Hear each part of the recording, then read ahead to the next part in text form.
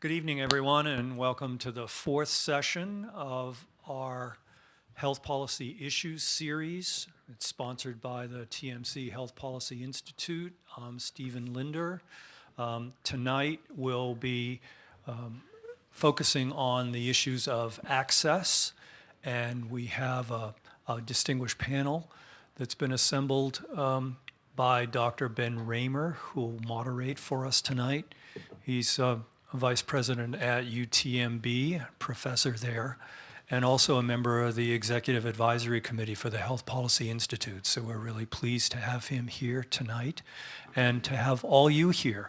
Following this session and through next week, we're going to start an evaluation process. So you'll have an opportunity to give us feedback on how things are going and what your impressions are of the course so far. If you're part of our email listserv, you'll get that in an email.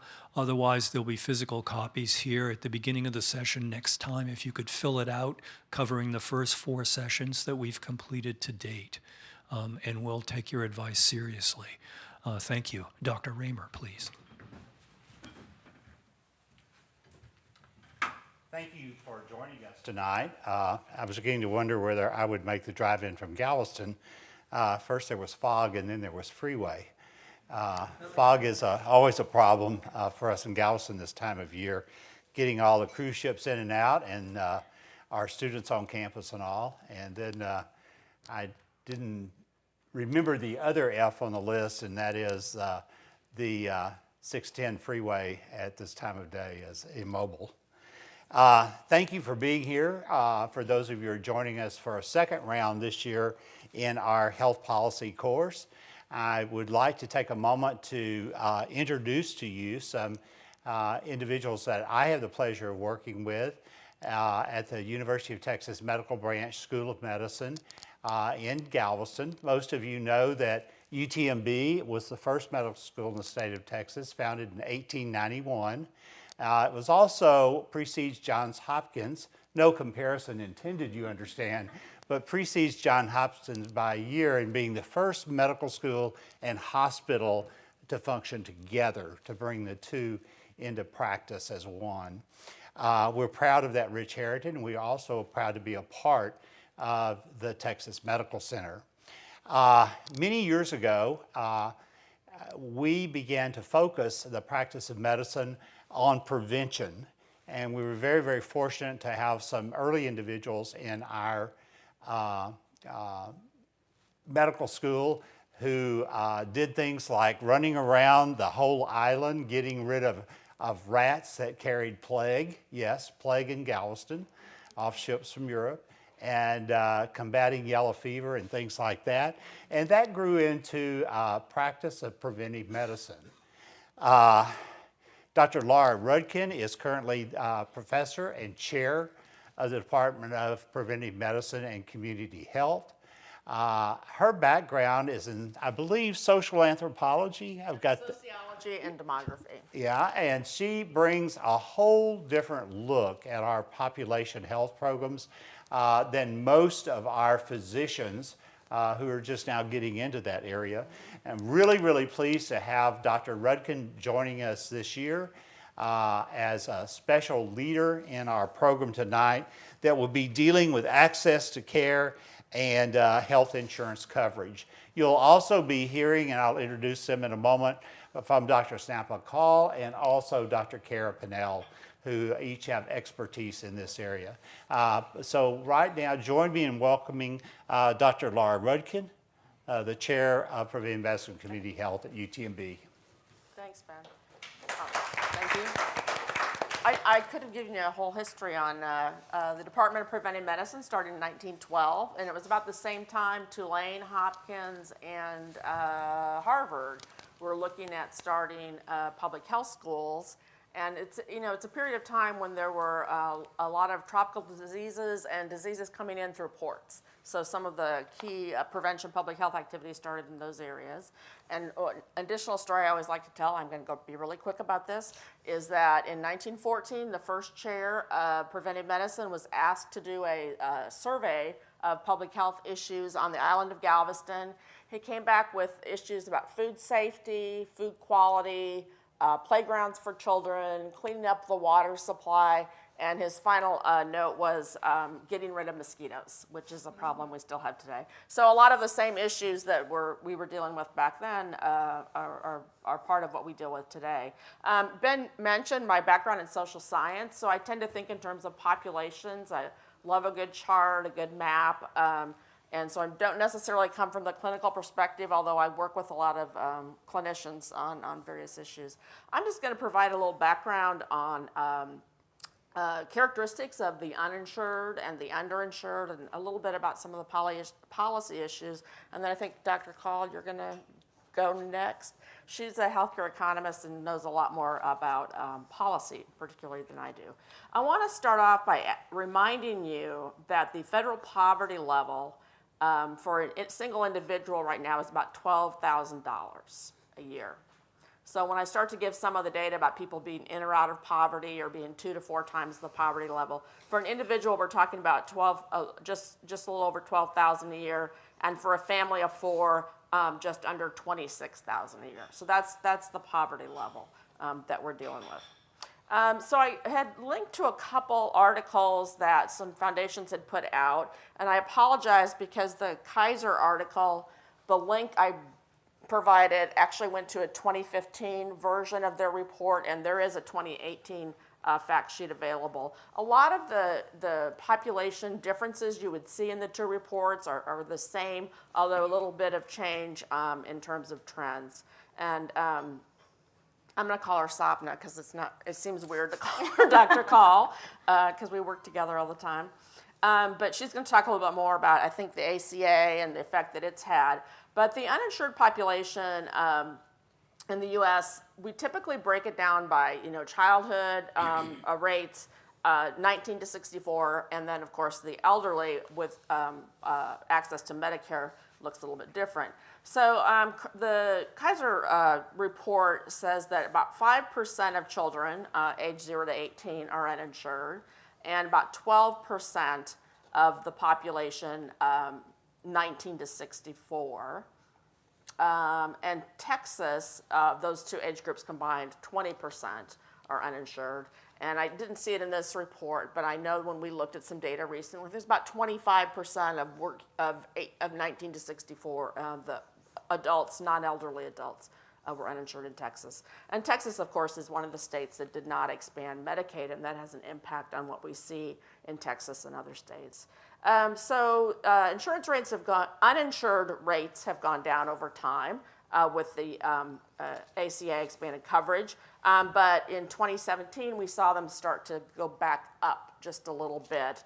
And of course, there have been some limits on the amount of marketing that's done, on the window that's open for enrollment in the ACA, and those seem to have had an impact where we've seen increases in uninsurance slight in states, and especially in non-expansion states. So who's uninsured? It's exactly who you think it is. It's not surprising. It's lower income families. But a lot of these families have at least one worker in the family. These are not people that are just sitting around wanting to be taken care of. I spend way too much time on Twitter, so a lot of my flippant comments, I'll blame on that. But basically, we're talking about low-income families. We're talking about racial, ethnic, minority groups being more likely to be uninsured. And then what are the impacts of that? So people who are uninsured obviously have worse access to health care, have difficulty managing chronic conditions and so forth, and more likely to have some poor health outcomes. So there's implications of this, obviously. Sapna and I were talking earlier about some recent discussions we'd been in where the response was, well, everybody's got insurance, you can just go to the ER. And I think probably most of you know that the quality of care and the amount of care you might get would not be optimal in that situation often. So the uninsured also often face unaffordable medical bills, and that's part of what I'm going to talk about underinsurance as well. And we see a lot of discussion about that these days with GoFundMe sites and people asking for help to deal with medical bills. So I have a lot of data sitting in front of me because, again, I love graphs and maps and tables, so we can follow up a little more in discussion. So Medicaid, of course, varies by state, Medicare not. So Texas has a set of eligibility criteria that are pretty strict compared to most states. So for infants to be enrolled in Medicaid, it's 2 times the federal poverty level for the family. Children 1 to 5, about 150%, a little bit less than that for children 6 to 18. But for an adult, they have to be a parent and they have to make less than 18% of the federal poverty level. So Texas and Alabama are at the strictest end of that continuum. So it's very difficult to qualify for Medicaid as an adult in Texas. And we can talk about some of the comparisons as well. In terms of underinsurance, I think this is really fascinating because the trends are changing. So we tend to, over time we've talked about you're either insured or you're not, but anybody who has insurance knows that every plan is different. And I've been at UTMB 26 years, and I've been enrolled in Blue Cross Blue Shield, and the plan changes over time, and I'm never quite sure what I can get covered and what I can't. And it's complicated. So even if you have the insurance, knowing how to access it, so get the permissions that you might need for a referral or before a procedure. If you're in an emergency situation and something is decided and you assume it's covered, it may not be. My personal story is I broke my back a couple years ago. I was in Colorado in a mountain area, and they said, we have to fly you to Denver. And I didn't question it. They put me on this small plane and flew me to Denver. Well, it turns out Blue Cross Blue Shield doesn't cover that. And it was $50,000. So this is, but I'm someone who I think understands the insurance process, and I have a good income, and I'm getting sidetracked on my own story, but it's an example of, it took me 18 months of going back and forth with different parties to try to lower the bill, get some portion covered. It was finally resolved, but it took, if you don't understand the policy, you don't understand who you can appeal to, even if you have insurance, obviously you can get stuck with some pretty serious bills. So in terms of underinsurance, it's kind of difficult to measure. So I had linked to a report from the Commonwealth Fund that looks at out-of-pocket costs and deductibles in your plan. This is for people who are insured for 12 months, out-of-pocket costs and deductibles compared to income. So individuals who paid high out-of-pocket costs or have a high deductible relative to their income are considered underinsured. So that's made up of 2 parts, your income and your insurance plan. But they only know what your out-of-pocket costs are if you use it. So the people they're talking about as underinsured, this is a very conservative estimate. I don't know if you looked at some of the tables here. There are probably many more people who would find themselves underinsured if they had to access their plan.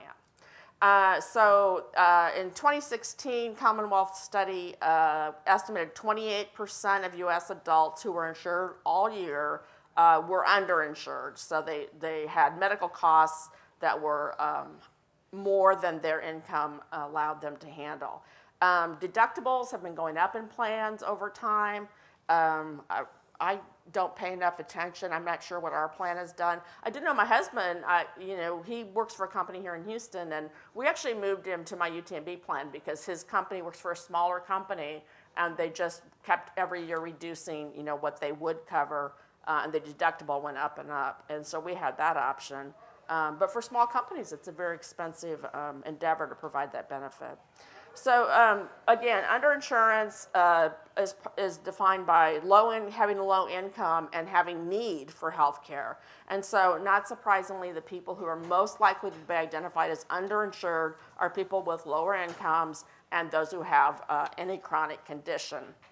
And again, trends over time are that this is going up. Again, 28% nationally, 33% in Texas.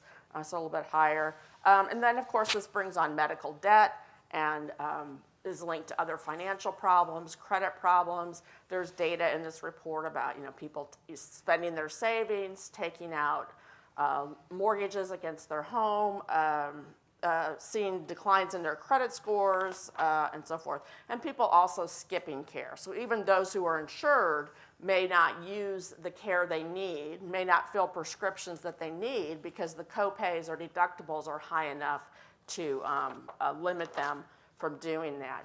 And then the last note I wanted to make before I turn it over to the others, and we can come back to any of this. Another report I have, a couple I have here, are on this idea of work requirements to qualify for Medicaid.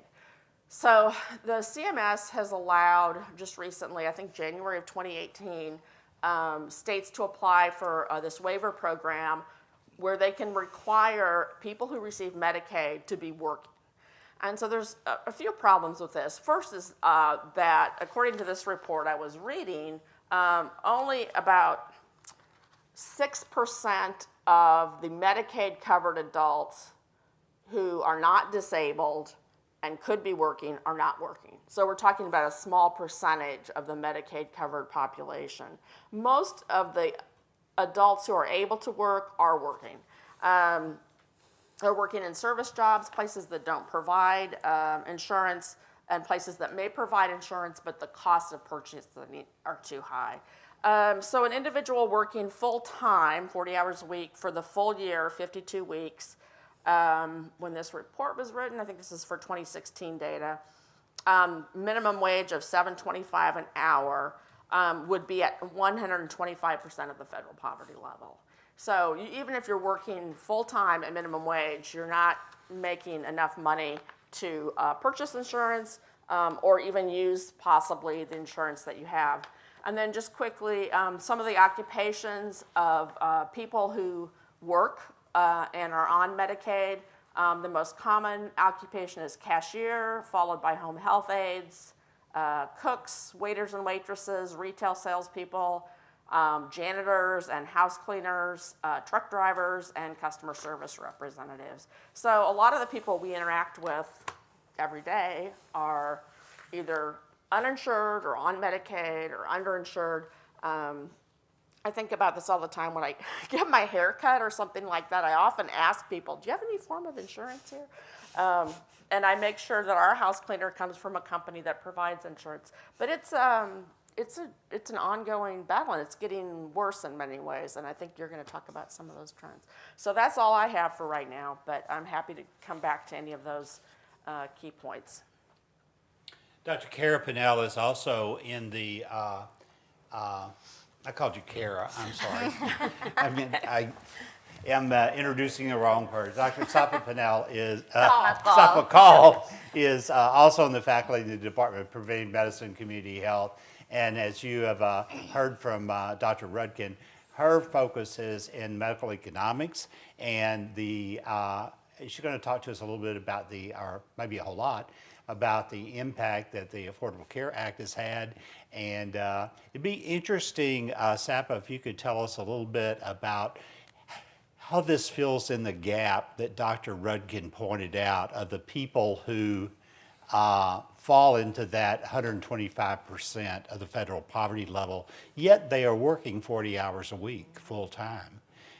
So where is their place in all of this? So I'm going to slightly touch on that, but the plan for today for me was to talk about, to just sort of take what Dr. Rudkin was talking about, the uninsured population, and take it a little further and talk about really who, we have different populations that are at risk for being uninsured and underinsured. And my area, for the past couple of years, have focused on adolescents and young adults. And really, we call them AYAs. And this is a really high-risk group for being uninsured in the United States. And with AYAs, I've done a number of research studies looking at the cost of healthcare, the quality of healthcare, and their outcomes as well. And I typically tend to focus on AYAs with chronic conditions such as cancer. and what are we doing in terms of providing healthcare to them in the most efficient manner. So when we talk about AYAs, there are different ways we can define the AYA age range. Typically in the literature, you'll see that the adolescents are said to be between 11 to 17 years of ages, and young adults between 18 to 24 years. Although in the cancer literature that I focus on, sometimes we also include older young adults up to 39 years of age. So why am I interested in this population? It's because of several reasons. It's a very unique population. As you'd understand, we all have sort of gone through that age range. It's a unique population because of the kind of transitions that we are going through. We sort of move away from more protected and safety net institutions like schools and homes to colleges, to work. So that's sort of a complexity in the transition. Then we are gaining on these adult responsibilities. We are driving, there's sexual activity, and then there are certain behavioral changes as well. Unfortunately, AYAs are at risk for smoking, for drug abuse. That sort of peaks in this age group. So this is a very unique population that we really need to look into, because they are making the future population. So we want them to be healthy and to have proper access to healthcare. So the two readings that I assigned were focused on AYA population in the United States. I just want to talk about some of the key things that we need to keep in mind when we are talking about AYAs. The first thing that we need to keep in mind is that this is a growing and very diverse population. So if you read in the first reading that I had assigned, which have done a review of all the studies that talk about adolescents and young adults in the United States, they do show that the diversity is increasing. We have about 17% Hispanic AYAs. We have about 14% non-Hispanic blacks, and we have about 4% Asians. So it's a very diverse population. The other thing to keep in mind is that about 17 to 20% of AYAs come from lower socioeconomic households or low-income households. The majority of the AYAs do tend to do high school, but many do not go through colleges. And those who do not go through colleges tend to have lower socioeconomic status in the future as well. In general, AYAs are in good and excellent health. And the mortality rate among young adults is actually slightly higher than what we observe in adolescents. The three main causes of mortality for this age group: the first one is motor vehicular accidents, the second one is homicide, and the third one is suicide. So what's the trend that we're observing? They're all preventative causes. So we can prevent the three main causes that we observe for mortality in this age group. So if we focus our healthcare to sort of more preventative primary care access, we can reduce the existing mortality rate for this population. The other thing that I already talked about, this is sort of an age range where some of these problematic behaviors peak. So we really need to sort of reassess the way we deliver healthcare to this population so that we can address some of these behavioral issues that we find in this age group. I actually recently read that young adults are the biggest abusers of prescription opioid painkillers in the United States. That's another problem that we are facing. And obesity and overweight are also some of the problems that we face in this population. So this is sort of just giving you a brief overview of what the health outcomes look for this important and unique population. Going on to healthcare access and healthcare utilization, actually I was amazed. I've been in this country for more than a decade. When I came to this country for the first time, and then I started sort of hearing about young adults in the US, 30% of young adults did not have insurance before the Affordable Care Act. And I actually thought that not having insurance was something that we observed in lower income countries, but we have the most developed country on earth having so many people without insurance. That's actually a huge cause of concern, and it should be a huge cause of concern for everyone. So historically, about 30% of the young adults, as I said, did not have access to health insurance. With the Affordable Care Act, we have been able to address some of these issues, but there are, again, some gaps that remain.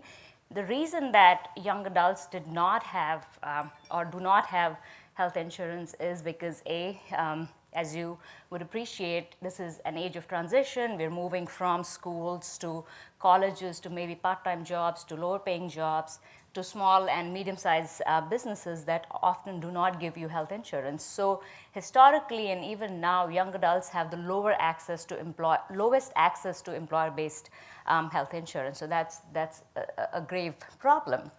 So with the Affordable Care Act, we had the market exchanges, we had Medicaid expansion in certain states, which helped to sort of, bridge the gap between those who sort of qualified who did not qualify for Medicaid, but also could not go to the market exchange. So that was the gap that Medicaid expansion built, but that the benefit hasn't been seen in states that have not expanded Medicaid, and Texas is one of them. Unfortunately, Texas is also one of the worst states that when it comes to having the highest number of uninsured adults and young adults in the nation. So we're not doing well on that front either. So if we don't have insurance, if young adults don't have insurance, they don't have access to primary care, they don't have access to preventative health, and they don't have access to usual source of care. And that means that later in life, we're just going to have poorer outcomes compared to those that would have access to insurance. Am I allowed to interrupt for a Yes, second? absolutely. I don't know what the protocol is here. Dr. Raimer, one of the things you've pointed out to me and some of your other colleagues in pediatrics have pointed out is that we have a lot of young people, children become adolescents with chronic conditions in childhood, and they age out of insurance coverage. And that they're part of this group as well. And their numbers may not be big enough to sort of show up in those causes of death and causes of chronic disease that you're talking about, but there are significant gaps for that population. And then finding the right physician in that transition is really difficult. I'm sorry to interrupt. No, you're fine. Thank you for pointing that out. That is an ongoing problem, and one is we're trying to address in the Houston area. You'll hear about that later in your course. But special Medicaid offerings for children with chronic disease so they can transition from pediatric care into adulthood successfully. Thank you for pointing that out. That's a huge problem right now in our communities. Yeah, and that's again, the Affordable Care Act. I mean, I'm just talking about the age-based transition from 21 to 26, but there have been recent news articles which show that even though we sort of expanded the age coverage to up to 26 years, that you can be on your parents' insurance, but still those who sort of then go out of from 26 to 27, it's a problem for these young adults just gaining access to health insurance. Very quickly, I mean, I did sort of try to give you a brief overview of why it's problematic just having access to health insurance for this important population. I also want to talk about young adults who have chronic conditions like cancer. Now, it's a double whammy for them. I mean, not only they are dealing with these different issues for access and health outcomes, and now they're dealing with this another monster, cancer, in their life. So I'm just going to talk about a few things for young adult population with cancer, because sort of that's my research area. Even people with insurance have problems with healthcare costs in our country. So often you'll see that a number of reports out there who say that even young adults with insurance tend to report financial burden, and that's a real problem. As Dr. Rudkin was talking about, the deductibles could be high, the co-pays could be high, and the annual limits are high. So you end up spending a lot of money from your pockets on cancer care. The second thing that I'd say is that we don't, even though we have insurance, and again, Dr. Rudkin talked about underinsurance, there are a number of services which are not covered, and one of them is fertility preservation. So chemotherapy is toxic, and it does lead to infertility. A lot of the young women or men who are interested in fertility preservation may not be able to pay out of pocket for this important service. You may end up paying from $10,000 to $20,000 for fertility preservation. So someone who hasn't saved up enough money or does not have access to a medium paying job, how are they going to pay for these services? And I just actually read about state of Illinois that they're starting to now cover fertility preservation for cancer patients in their health insurance. And that's something that we need to learn from. We need to make health insurance more access, and these have to be age appropriate and disease specific services that should be covered under health insurance. The other thing that I want to briefly touch base on is, although we're talking about access and so on and so forth, we really need more age-appropriate services for young adults with cancer. Often these patients feel lost when they go for treatment because, you've heard about pediatric care centers, you've heard about adult care centers, but you'll never hear about these adolescent and young adult care centers. So they often feel lost getting treated in a pediatric setting or in an adult setting because they feel like, they're not for them. And then the providers, the nurses, we have the healthcare workforce, which is sort of not well equipped or well trained to deal with young adults. So these are all access barriers. I mean, they're not limited to just insurance. They just go beyond insurance into these other access barriers that we face for young adult population. Good. I'm dying to ask a question. Can I ask one question? Many young adults, adolescent young adults, are portrayed as indifferent to health care, that they don't sign up. They're often accused of being somewhat high risk takers and flouting the fact that they're not going to die of anything except maybe a motorcycle accident. So with that characterization, first of all, is that a fair characterization when it comes to market trends and people choosing insurance? And did the fact that the Affordable Care Act was available and made insurance more affordable, were there more AYAs who signed up for insurance overall? Was that a driver to get them insured? Absolutely, it was. Okay.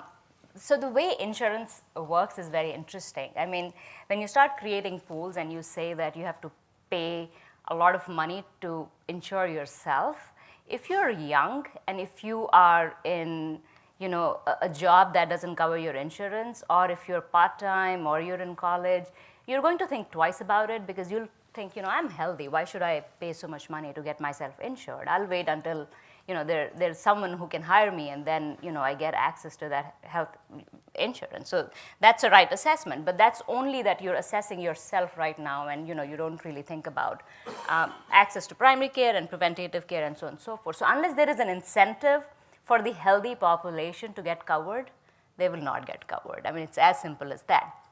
So the Affordable Care Act did bridge that gap, and we're seeing that trend. I mean, if you look at young adults gaining insurance, we have seen a great benefit, and even for the state of Texas, we've seen that young adults have gotten greater access to health insurance just because of the different penalties now that we had the individual mandate, which unfortunately is sort of rolling out, and I don't know, they're saying that that's going to have an effect on the enrollment, but it did incentivize a number of young adults to get enrolled. The marketplaces are benefiting the young adults, and the Medicaid expansion is benefiting the young adults. So definitely there has to be an incentive attached to change that behavior, and the Affordable Care Act was able to do that. If I could comment, one of the charts, this is from the National Health Interview Survey 2017, asking uninsured adults 18 to 64 why they didn't have insurance, and 45% said the cost was too high, 22% had lost their job or changed employers, 11% had lost Medicaid, just a couple other small things, but no need for health coverage was only 2%. So it's not primarily driven by this sense that I don't need it, I'm invincible, or I'm young and healthy. It's cost and availability through employers. Thank you for pointing that out. I often think young adults get a bad rap of being indifferent to health care, and I don't find that true from their health habits of exercise, nutrition, and all that.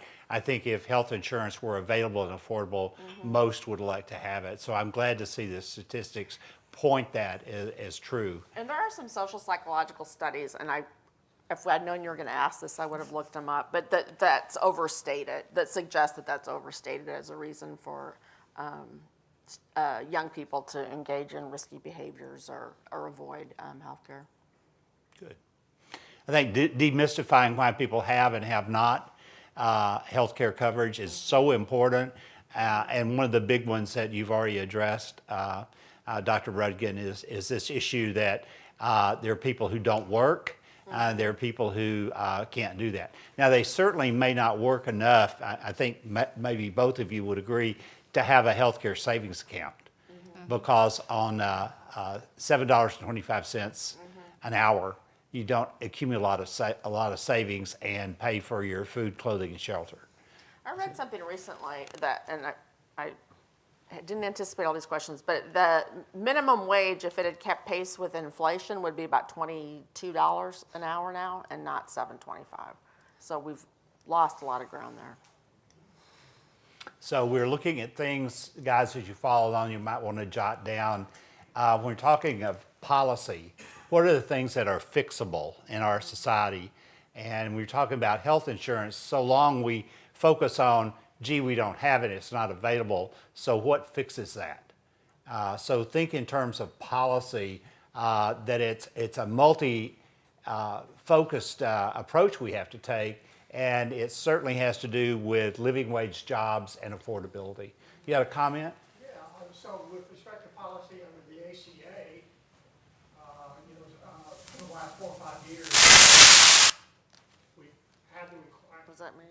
requirement that private health insurance plans must provide dependent coverage up to age 26 years. Okay, so I was wondering, 2 questions. One, have you in your research noticed that this policy change has made any difference, significant difference in the coverage of this population?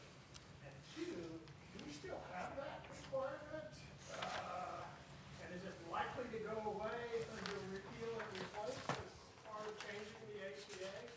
No, they're keeping it. So the current administration said that they were going to keep it. It's very popular Yeah, with so all it's still income something. groups. Yeah. It does, and they have seen dramatic changes because of that alone. So this article that I assigned specifically talks about that they did see for those, and this is from, because the extension to up to age 26 was introduced in 2010, and they started recording it since 2010, and they have seen changes. They have seen that more young adults are now getting access to health insurance because of that specific policy alone. Yeah, but it hasn't resolved the problem. I mean, your point is there's still a highly Clear. uninsured population. Absolutely, and think about older young adults who sort of then move out from that age range, from 26 to 27.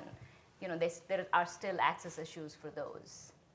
So, and that's the age group 26 to 34 in this chart. That's the group that's got the highest rate of being uninsured. So I think that we'll get into some of those questions a little later. I'm going to also introduce to you tonight the real Cara. Pennel is over here. The fake Cara Pennel is on I wish there this were side. 2 of me sometimes. Dr. Pennel also teaches in the Department of Preventive Medicine and Community Health, and she'll be wrapping up our presentation, and we'll move from that into some questions. If you don't have any, I've got some for you, okay? So we may just call on you to answer questions if you don't wake up out there and start asking them. So, and Dr. Kaul may have explicitly said this, and I just had a momentary daydream, but I think financially, one of the things that's important to remember is for these healthy adolescents that if they don't need as many services, they don't get sick as often, they're paying in but not using the services, and so that benefits. So I'm sure all of you know that, but I thought it was worth stating. So my area is around nonprofit hospitals and community benefit, and that's kind of my very narrow area of expertise.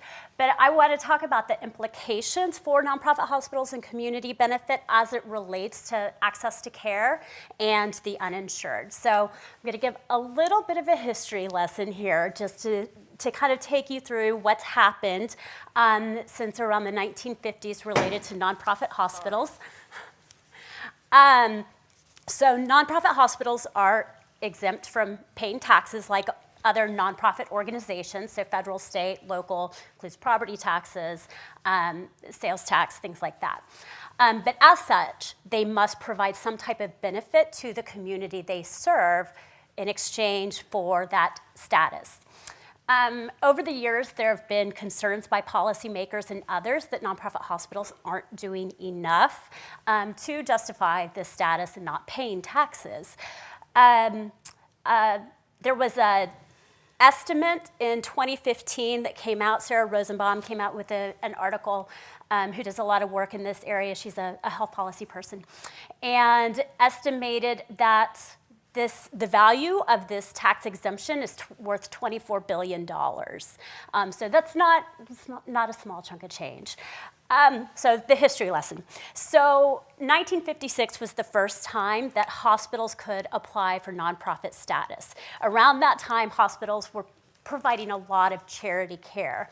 Well, in the advent of Medicaid, Medicare, employer-based insurance, third-party payers, things like that, policymakers became concerned that hospitals were not doing enough. They weren't providing as much charity care because of these other things. And so in 1969, there was a revenue ruling that set up guidelines for community benefits. So again, things that nonprofit hospitals need to provide to the community they serve in exchange for the tax-exempt status.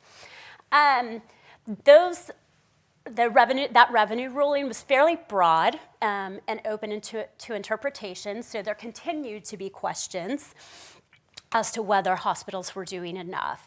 There were several governmental reports, Congressional Budget Office, GAO, over through the 90s and into the 2000s where they were looking at this specific issue. So the next thing that happened at the federal government level is in 2007, so nonprofit hospitals have to report to the IRS, and so they were required to report this additional form, it's called a Schedule H, that created community benefit categories. And I want to talk about those categories a little bit because those do have implications for access to care and for those who are uninsured. So the areas that nonprofit hospitals can include in this broad category of community benefit are charity care, unreimbursed costs from Medicaid and other means-tested programs. So basically what they don't get reimbursed by providing care to Medicaid and other patients on governmental programs, subsidized health care, subsidized health services that are not included in those other groups. And those broadly we kind of fit in this broad category of direct patient care. So there was an article that came out that Gary Young published in, I think, 2013, where they were looking at nonprofit hospitals and how much they were providing in terms of community benefit. And so they grouped those four categories kind of in one that had to do with direct patient care or direct patient services. Some of the other categories, community health improvement. I'm a community health person, and so that's really kind of my focus. But I'm going to try to stay away from that a little bit since that's not what we're talking about exactly today.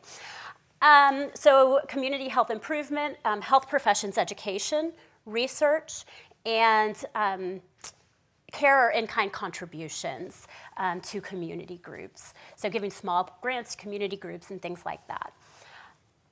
So in this article that Gary Young published in 2013 with colleagues, they said that 85% of all community benefits went to those direct patient care categories. So that really does have large implications for underserved, uninsured patients and how they can access care. So hospitals, nonprofit hospitals, are required to set aside certain funds to make sure that they're providing care to those that couldn't otherwise get care. Now I want to go on to talk a little bit about some of the ACA requirements. So nonprofit hospitals were required to go on and continue reporting those Schedule 8 community benefit categories. So they had to continue doing that. But some of the other things that nonprofit hospitals were required to do as part of the ACA, which again, this is more my lane, is community health needs assessments and implement strategies to address priorities every 3 years. There were a lot of national experts in this area that believed that with the ACA and Medicaid expansion, that nonprofit hospitals were going to start pumping tons of money into the community. And we were going to see huge community and population health improvements. And that just did not happen. So, and then the other thing that I wanted to talk about were, as a requirement of the Affordable Care Act, was financial assistance policies. So nonprofit hospitals are required to have financial assistance policies. There were certain requirements related to having those policies, namely that they develop one for free and discounted care, that they clearly outline the eligibility requirements and how to apply for financial assistance, that they're transparent in how they calculate costs or charges to uninsured patients or underinsured patients. And there are limitations on collection practices. So there has been a lot of criticism of some nonprofit hospitals in terms of the extents that they go to try to collect for unpaid bills from people who are low income and uninsured. And so this financial assistance policy was supposed to help address that. Okay, so what does this have to do broadly with access to care and uninsured? Well, I think the charity care and subsidized health services under community benefit absolutely help provide access to care and provide care for uninsured and underinsured populations. However, I want to go back to, I was going to talk about the financial assistance policies, and Dr. Rudkin mentioned Medicaid expansion in certain states. So related to the financial assistance policies, one of the things that I wanted to share was that in non-expansion states, so those states that did not expand Medicaid, they were less likely to have a policy of notifying patients of their charity care policies before discharge. They tended to have less generous charity care policies. They were less likely than those in expansion states to have a written policy for charity care and to provide free care and discounted care. And they had a lower average income ceiling for offering patients free care or discounted care. So these are states that already have a lot of patients in need because they have 25-30% of the population that may be uninsured, and yet nonprofit hospitals in those states that did not expand Medicaid tend to have much more stricter and less transparent guidelines and policies related to financial assistance. Going back to the community benefit in those categories, a lot of the research has found that between 7 and 8% of hospital operating expenses go to community benefit. However, there's wide variation between those who are giving a lot and those who are giving very little. So those in the top tier are giving about 20%. So we're talking about an average of 7 to 8%. Those in the top tier are giving around 20% of their operating costs to community benefit. Those in the lower tiers, 1%. So we're seeing huge variations. a lot of the articles have looked at the types of hospitals that are giving more. A lot of those are teaching hospitals, and then also, which this is not completely surprising, those that serve large Medicaid populations. When you look at that pie of the community benefit categories, 85% of those go, the community benefit goes to direct patient services. So you're looking at 15% that goes to things like community health improvement. It goes to health professions education, research, and things like that. And by far, the largest percentage of that pie goes to unreimbursed costs for Medicaid. And so it makes sense that hospitals that are serving more Medicaid patients would be giving more to community benefit because of unreimbursed costs for Medicaid. Let's see. One last point that I wanted to make related to this was that hospitals serving communities with the greatest needs, so this is another study that was done, hospitals serving communities with the greatest needs invest a lot more in charity care than other forms of community benefits, such as community health improvement. So, and again, that makes sense when you have populations or communities with higher needs, you have higher percentage of uninsured in your community or in your state, more of that money is going to go to charity care or unreimbursed costs for Medicaid.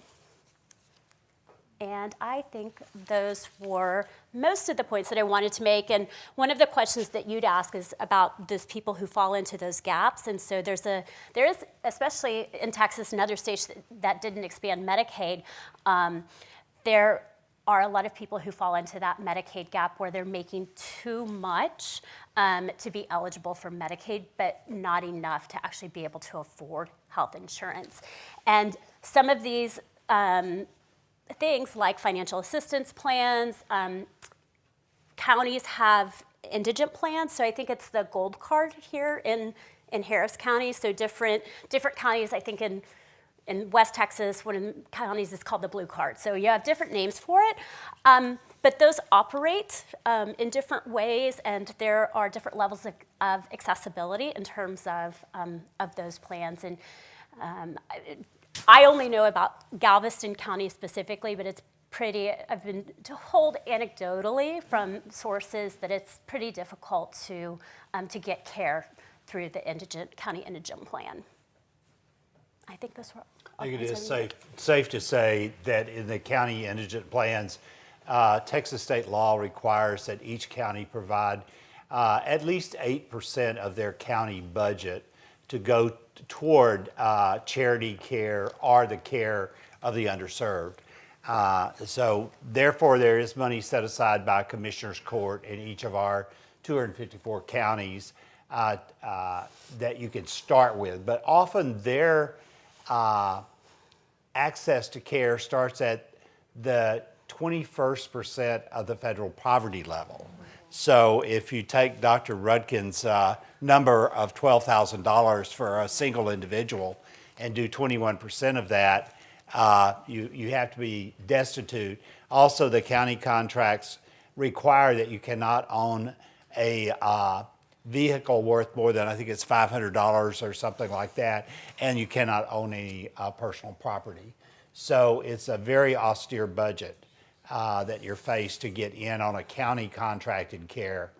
But that is actually the first place to start, is one is seeking care and has no health insurance. Really start at your local county courthouse, and every county has an indigent health care officer, county indigent care officer. And those people take the money that's set aside. And by the way, the county may seek to support a free clinic. I know in your area that certainly the county budget includes helping operate a federally qualified health center where all patients can go up to 200% of federal poverty level and get care. But then there's a disconnect, because hospital care is not included in that. So someone who has heart failure or needs a cardiac catheterization or hospitalization for a diabetic foot ends up not having that money unless the county puts them onto a hospital program that they would have. And those are very poorly funded. Yeah, I just wanted to comment. So in Galveston, we have what's called St. Vincent's Clinic, and Ben could tell you more about that. But it's a free clinic. It's student-run. There's also a nurse practitioner-run option. But some of our public health students have done some projects there over the years and I've been there when we've done interviews and talked to some of the patients. And some of the problems that they have in sort of accessing this is not necessarily having the documentation that they need to show their income's as low as it is. A lot of people work kind of off the books or may do something here and something there and don't keep the documentation. And then also I was going to mention, we haven't really talked about mental health care. And when we've done some projects in Galveston with some uninsured populations, big issues have been dental, vision, and mental health care. Because they've sort of identified places that can get some basic medical care, but mental health care especially was mentioned. I actually want to add to that very quickly. But we did some research with some national data sets, and we actually looked at young adults with a history of cancer. And we actually identified that a quarter of survivors said that they had moderate psychological distress. And out of those, I think it was less than 40% or 50% who actually had seen a mental health professional in the previous year. So even those who are chronically ill and definitely have some psychological issues do not have access to mental health services. So I want to lead off with a question while the rest of you are thinking about one here. From the economics viewpoint in the United States, what happened to hospital profits during the time, the last several years of Affordable Care Act? By and large across the books? Yes? Gone down. If you talk to the people at HCA, they will tell you that it was one of the most profitable things that happened to them, that they reduced their bad debt by well over 25%. Yeah. So I think the data will support that hospital profits are at an all-time high. How about pharma? Are pharmaceutical prices higher or lower? Okay. I want you to think in terms of health policy here. And policy is, ACA is probably not a failed attempt at providing health care like some would portray it. It's probably a pretty darn good idea because it's actually what we've always done. You know, in the healthcare industry, we always had this cost-shifting mechanism, right? All of you familiar with that, except if you were born in the last 20 years, you probably don't remember cost shifting. Cost shifting was when all hospitals just marked up their losses, including them in the bills that they sent everybody who had insurance. So ACA is actually the same thing. We just made everybody uninsured for a moment in time and then reinsured them at basically a higher rate to distribute that amount of money over everybody for reinsurance. So it's a good, it was a good thought.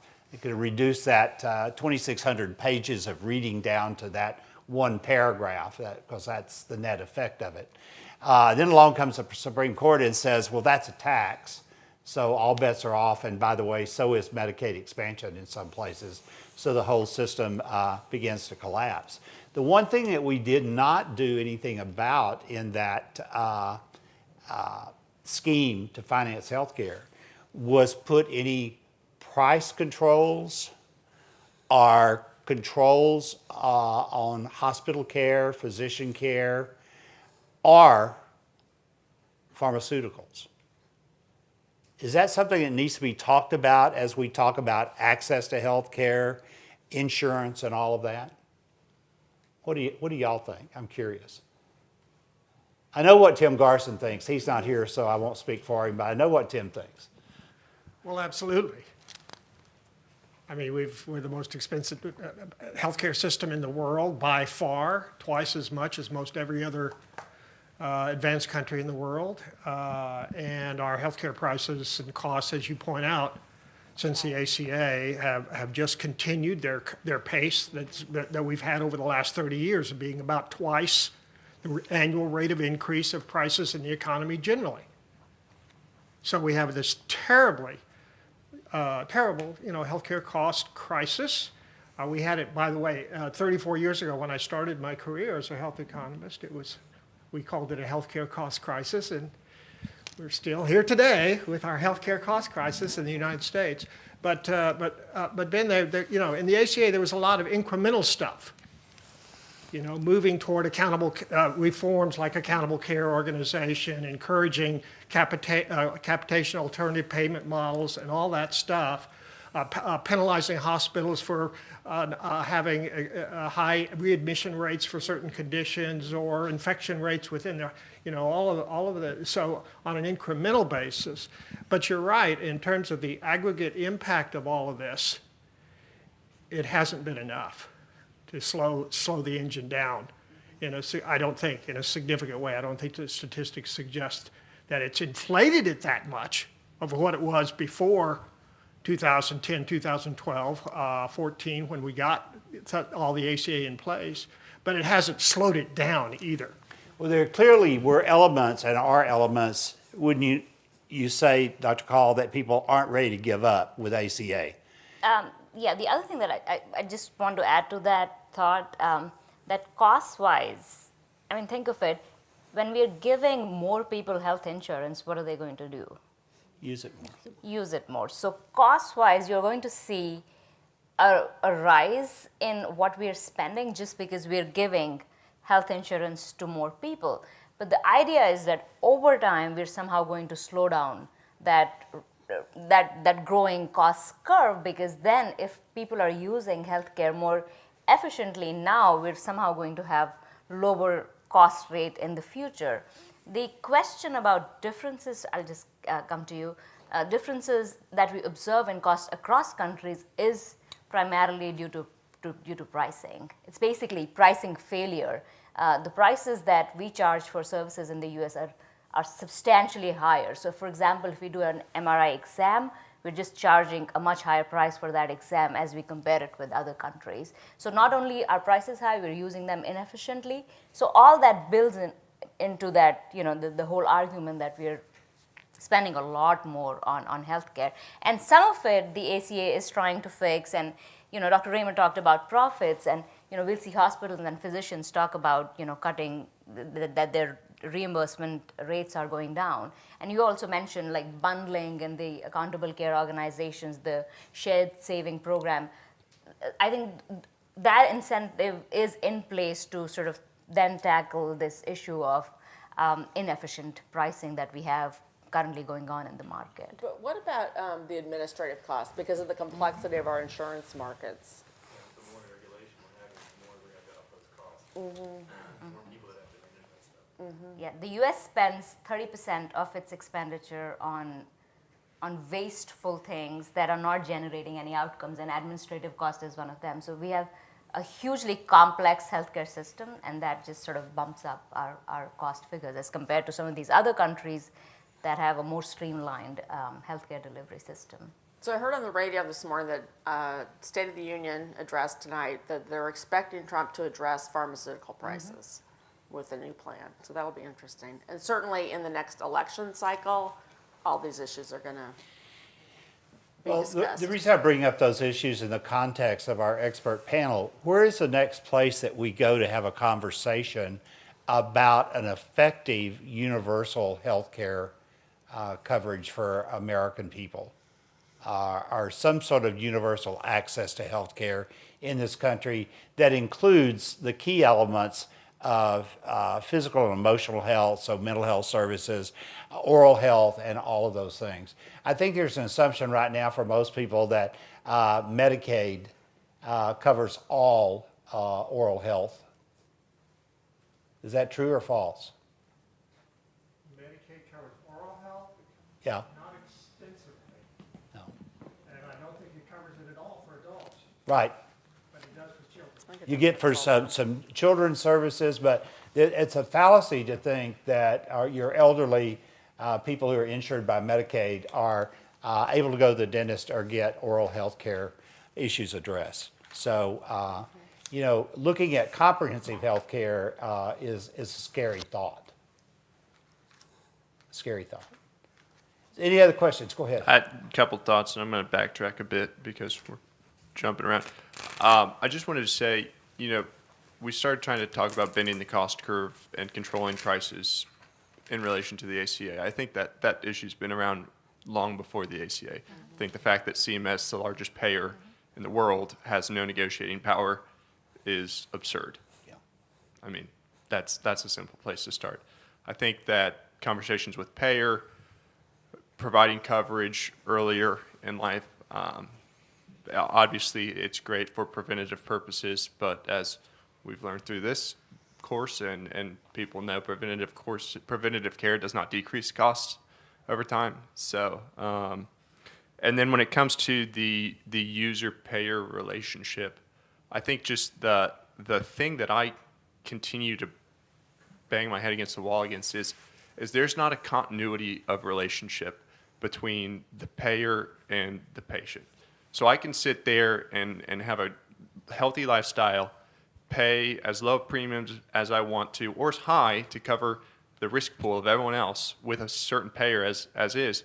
But then that payer has no mechanism of keeping me on their list, right? So that when I am healthy, or when I get unhealthy later in life, or when I continue to be a healthy patient in older age, they're not seeing those benefits. They're not getting the dividends of this relationship that I've paid into for so many years. So it's almost like the can's getting kicked down the road, and the turnover between patient and payer is so in and out that you're never going to quite see the dividends on either side, and everyone's always going to overpay, right? And then the one who always gets paid, Medicare and Medicaid, I mean, they're just always getting funded, and they're already unfunded. Like, the dollars that I pay into Medicare and Medicaid now are not going to pay my Medicare and Medicaid bills when I'm older.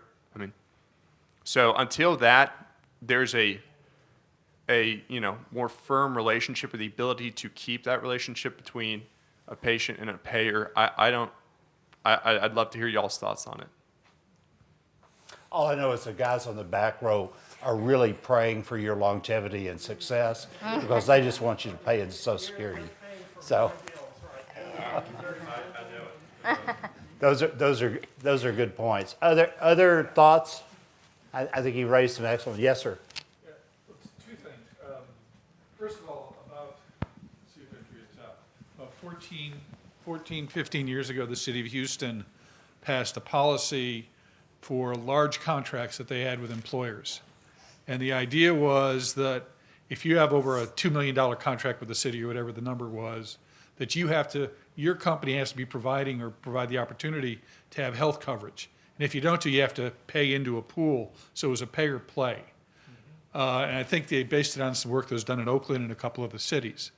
Did it have an effect of reducing the number of uninsured in the community? Since I don't know if the policy is still there, but it had been around, and did it actually have a material effect on uninsured rates? Does anybody know? I don't know. Okay. I will, Yeah, pre-ACA. This was done during Mayor White's program, and it was an idea that to encourage employers to provide health care financing for employees, because what was happening is if you continue to go after the low bids, well, then we won't offer health coverage so we can have lower costs, and the city will save money that way. And so they put in that minimum. So we don't know that answer. The second question, or second observation, if you look at the Harris Health System, and I think about this whole issue about coverage and about access to care, it seems that many of the charity care, low-income, underserved programs have fairly robust primary care programs, but there's not effective avenues to refer for specialty care. So I can go to a Harris Health Clinic, or I go to a federally qualified health center and look at something and say, that's a mass, that might be cancer, but we aren't going to pay for diagnostic testing, and your ability to get into the MD Anderson program at LBJ is a 2-year wait. So there seems to be within that community, underserved community, to be a significant access to care problem in specialty care, which is, a major problem, I think, with the delivery system as we've configured it here in this community.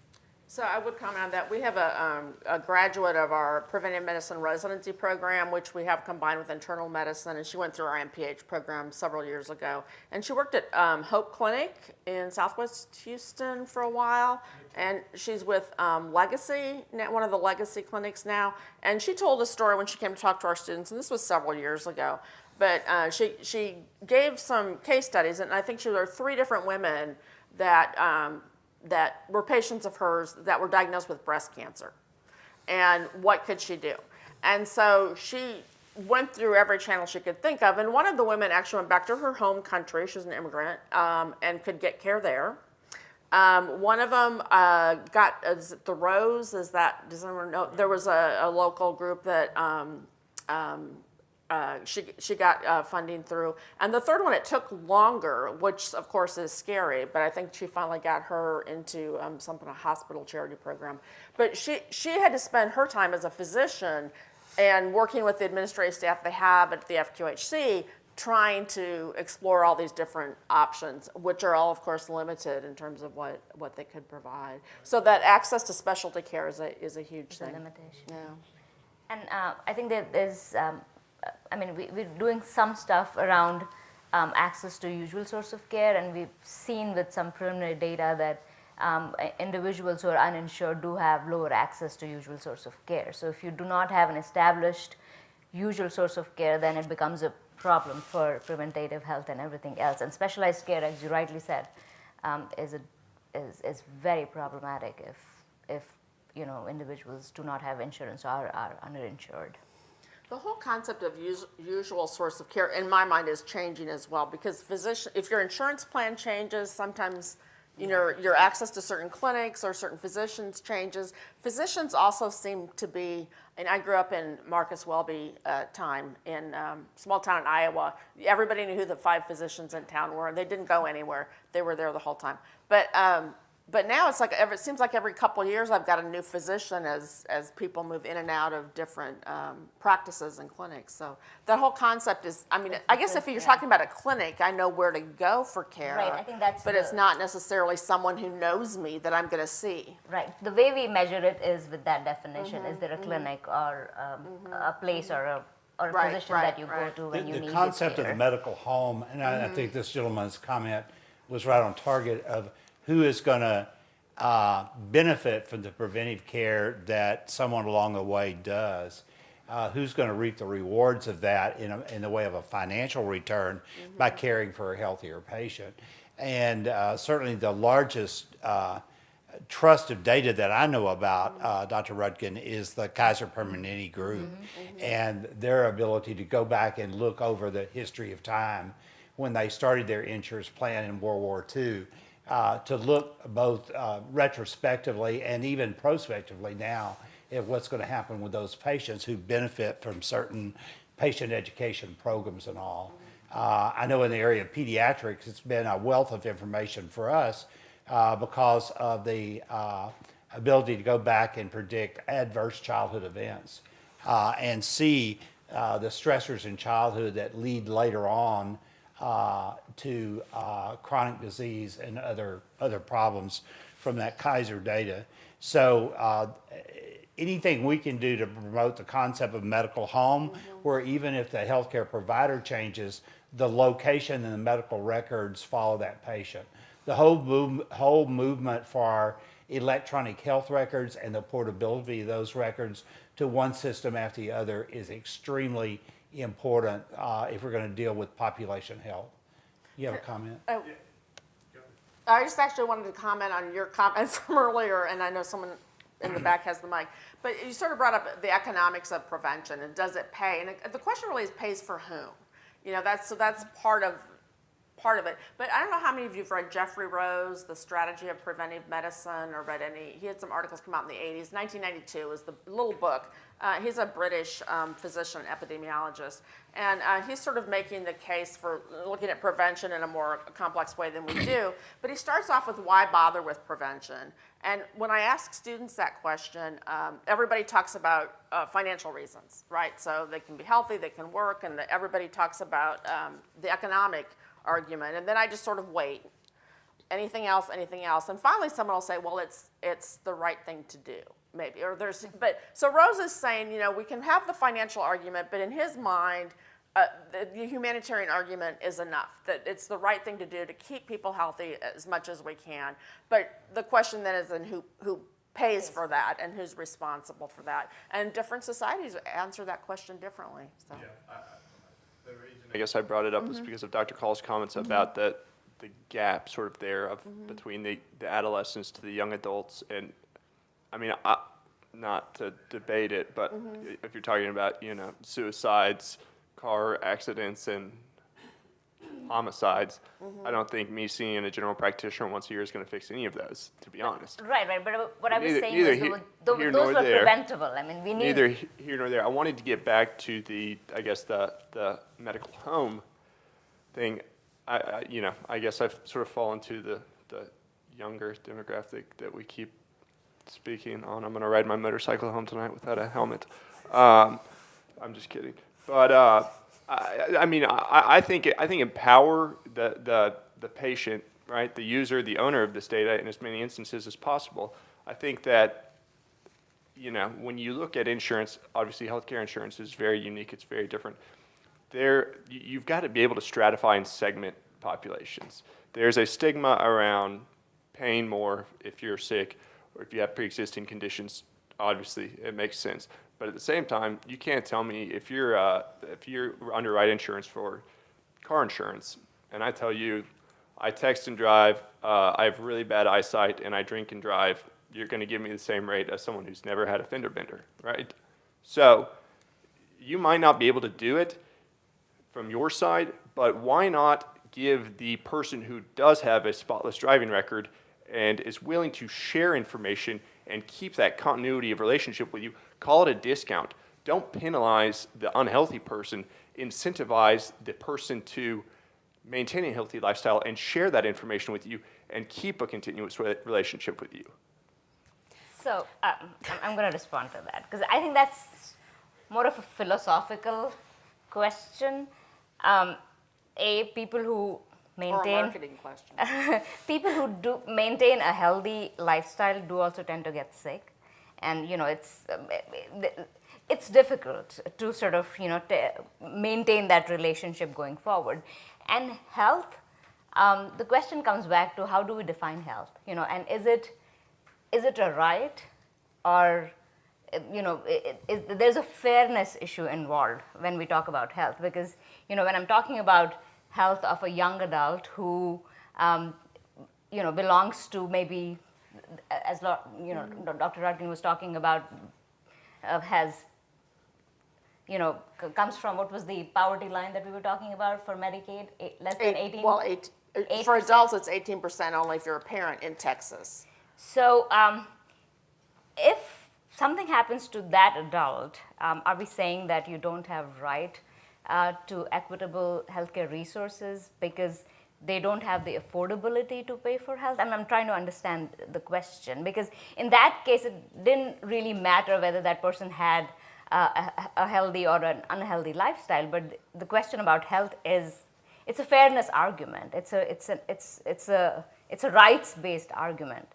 Well, we have different perspectives, social justice versus market justice. I mean, this is part of the ongoing debate we're constantly having in our country about what's healthcare and what's the fairness factor. And when you look at health outcomes and what contributes to health outcomes, I think a lot of us would probably, again, I'll refer to a pie, a small percentage of that relates back to individual behavior and clinical care. We're ignoring that there's a physical environment, a social environment, there are neighborhoods that people live in, socioeconomics, which is the largest factor. So if you penalize a person, an individual, for their unhealthy lifestyle, what else is going on within that larger system that's contributing to that, and what is our responsibility to address factors at those levels? So all the social determinants you're talking about. Yeah. See, you got your community I hat on did. after all. Yeah, lady back here's had a question. So since we have the deck stacked with UTMB, so we'll use you all as a case study. So in your organization, are you pulling together other private partnerships and other foundations to help your populations? Like we mentioned the nonprofit The Rose, which is funded through the Cancer Fund. And so it's established to help individuals that can't pay. So are you finding in your organization as a case study, let's say, are you looking to other organizations like the John and Laura Arnold relative to prescriptions and other things? What are you all doing as a case study for one of the 56 whatever organizations in our region to deal with other solutions for this demographic where the government isn't coming forward, the state's not coming forward, et cetera? Thank you. Well, the first thing you learn if you're on a barrier reef is you partner with everybody to stay afloat. So I'm going to punt this over. I know Cara has been dying to talk about some of the outreach.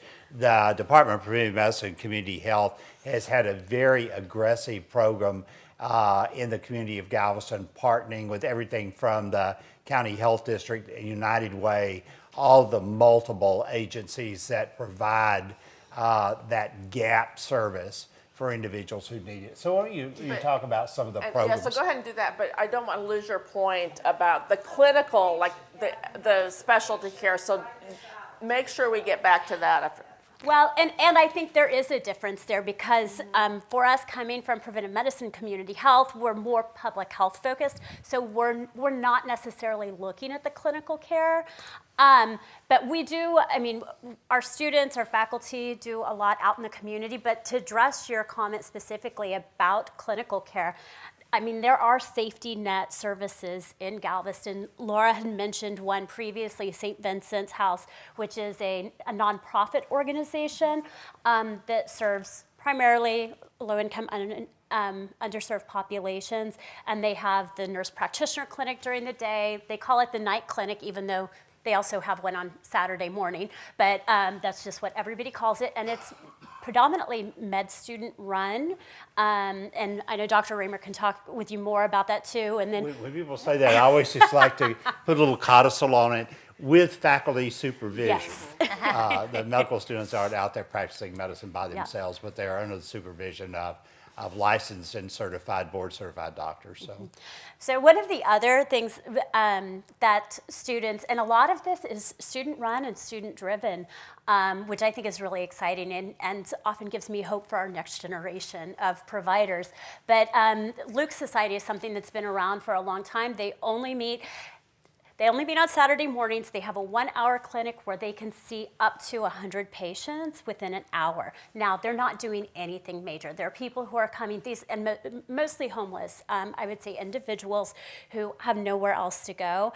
And some of what they're looking at is, indigestion. So, and they have a medication chest that they can give medications to these patients.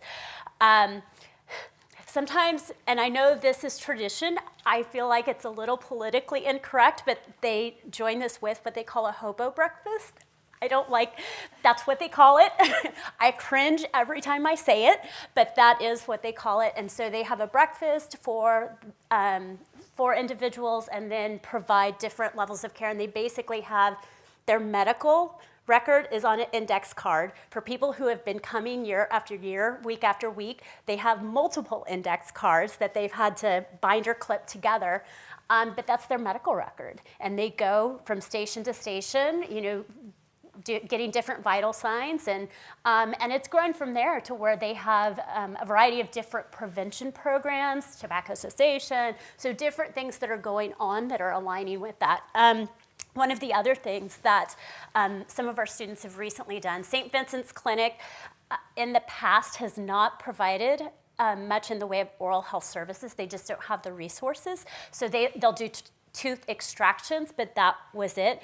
We had some students who came along, and at UTMB we have an internal grant mechanism called the President's Cabinet Award, where you can get up to $50,000, usually smaller. I was shocked that my students got a $50,000 grant for 2 years to start providing preventive oral health care at St. Vincent's Clinic. So I think that's pretty cool. We also work with the Schweitzer Fellows here in Houston. We have 6 Schweitzer Fellows currently in UTMB now providing services in the community with their foundation grants. They do everything from HIV education, outreach, pregnancy education. We had them do a community garden, walking and exercise tracks, health fairs, screenings, all sorts of things. There's also a lot of partnershiping in Galveston with the local health department and the multiple agencies that provide food services, housing services, and those types of things. Work very closely with the Salvation Army, the Christus Hospital systems still maintain Our Daily Bread, which is a nutrition center there in the community, and also a language service for teaching English to immigrants. So there are a lot of things that come together with the medical center, School of Nursing, schools of health professions. For instance, at St. Vincent's Episcopal House, there is physical therapy and occupational therapy clinics that are provided. There's, as Cara pointed out, a dental service that's also provided. So we're trying to leverage as much as we can. But you know, when you quilt together, I grew up in the country, and my grandmother always had a quilting frame. Most of you young folks won't know what quilts are, but you took scraps from your favorite things and made a quilt out of them. And you know, quilts can tear apart. You have to weave a fabric, a really woven fabric to get tensile strength. And I think that is what we've done in healthcare, is quilt together a lot of services that get frayed and fall apart, rather than weaving all these social determinant things into our healthcare delivery system. And that's the next step for the electronic medical record. I know Houston Health Connect is working on that now, embedding the social determinants pieces within the framework of the medical record, where you can see where people are getting these services that keep them coming back and forth to clinic. One last question, and we'll close down, and that was about specialty care. Yeah, I just wanted to, that's the most challenging piece of all this. And so we've had MD and PH students come through our program, and they've worked at St. Vincent's. They've put together binders of, here's, if the patient has this issue and needs this drug or whatever, here's places you can call. So they try to share that information. And a lot of my friends who are physicians, and again, I'm not a physician, but the particular clinics sort of know where they can call. But again, it's who has resources today to provide that care. When I came to UTMB 26 years ago, we provided care for anybody. And Dr. Raimer's been there longer than me, I think. And when that changed, when the funding for that level of care was gone, it was a huge shock to people who needed the care, but also to the providers who were used to being able to treat whoever came to them, essentially. And so it's been a tough transition. Is it 10 years, 12 years, 10 years that this has been going on? And we're just trying to build those relationships and where those opportunities are to provide that specialty care. But we, you know, like many hospitals have to turn people away who need care. The topic for another lecture, but one that is really essential, and that is, how do you take those community assets, how do you identify those needs, and put them together to address the concerns that are in your community. And I will close with this one little story, very short one. When we first looked at Galveston, we got a $1.9 million grant from HRSA to look at community access and to develop better access to the community. We started having meetings with focus groups in our community to find out what's their issue. Well, I'm a father of three, and 3 teenagers means three cars in the driveway plus my wife's and mine, you know. So I've never thought about transportation. I was incredibly shocked to learn that the first thing on people's list for healthcare was how to get there. It was a real eye-opener to me. And you know, when I look back, I found out there wasn't a bus stop at our hospital. There was never a bus stop in front of the hospital. Why? And what an opportunity. The first thing we did to improve health access was to put a bus stop in and give all of our patients a little slip of paper that the bus honored that says this is a free ride to and from the UTMB clinic site. And it was that quick and easy. Plus, with our little badges that all of us have, any employee could ride the bus line also for free anywhere on campus, which meant our students could go to a restaurant, a movie, or anything else. So sometimes when you start solving the problems of some of the most vulnerable in your community, you lift the entire community to a new level for everybody. So just a little story to keep us reminding, when we benefit people, we all benefit to a large degree in remaining human. And you put a face on that, Dr. Kaul, thank you, because it's the right thing to do. So thank y'all for being here tonight. I'm sure our guest experts will be happy to answer any questions. Stephen, thank you for letting us talk tonight.